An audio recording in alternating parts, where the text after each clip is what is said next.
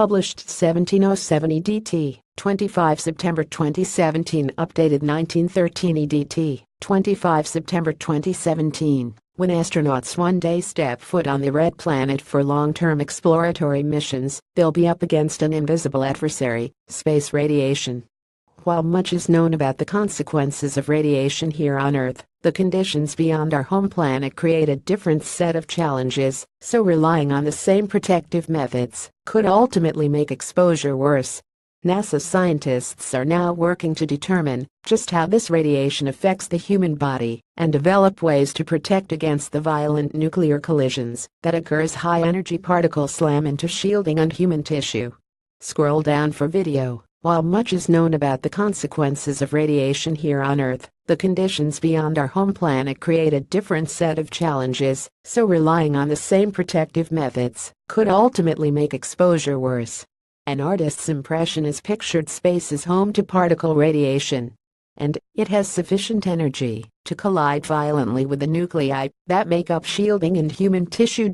These collisions, known as nuclear collisions, can then give rise to new particles as the incoming radiation and shielding nuclei break up. According to NASA, there are three sources that give rise to space radiation. The Van Allen radiation belts, where radiation particles remain trapped around Earth's sun during times of high solar activity or solar storms. The sun emits high fluxes of radiation, galactic cosmic radiation. According to the experts, this type of radiation is the most concerning. It stems from supernovae, or stellar explosions beyond our solar system. One of our biggest challenges on a mission to Mars is protecting astronauts from radiation, said NASA space radiation element scientist Lisa Simonson, PhD. You can't see it, you can't feel it. You don't know you're getting bombarded by radiation. According to the researchers with NASA's Human Research Program HRP, space radiation is very different from that experienced on Earth. While using a heavy lead blanket to protect against X-rays at the dentist, for example, may be effective on Earth, heavy materials can worsen the effects of space radiation. This is because space is home to particle radiation, as opposed to electromagnetic radiation. In space, there is particle radiation, which is basically everything on the periodic table, hydrogen all the way up through nickel and uranium, moving near the speed of light, said NASA research physicist Tony Slaba, PhD. NASA doesn't want to use heavy materials like lead for shielding spacecraft, because the incoming space radiation will suffer many nuclear collisions with the shielding, leading to the production of additional secondary radiation. The combination of the incoming space radiation and secondary radiation can make the exposure worse for astronauts.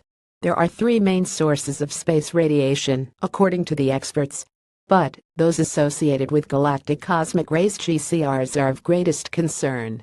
This type of radiation comes from supernovae beyond our solar system, or the explosive death of stars, and GCRs are the most harmful to the human body. As scientists work to develop countermeasures to space radiation, GCRs are the main focus, according to NASA. When astronauts one day step foot on the red planet for long-term exploratory missions, they'll be up against an invisible adversary, space radiation. An artist's impression of Mars is pictured while researchers at NASA's Space Radiation Laboratory investigate the effects of ionizing radiation. Simulating space radiation on Earth remains a challenge, as the doses in the setting could be more concentrated and appear over a shorter time frame than would be experienced in space. Still, understanding these consequences will be a key step in future exploration, as space agencies and private companies set their sights on extended missions to the Moon and Mars. We have a long history and a decent amount of data about the biological consequences of exposure to terrestrial radiation, Slaba explains. Where we lack data and have a large amount of uncertainty is the biological consequences of space radiation.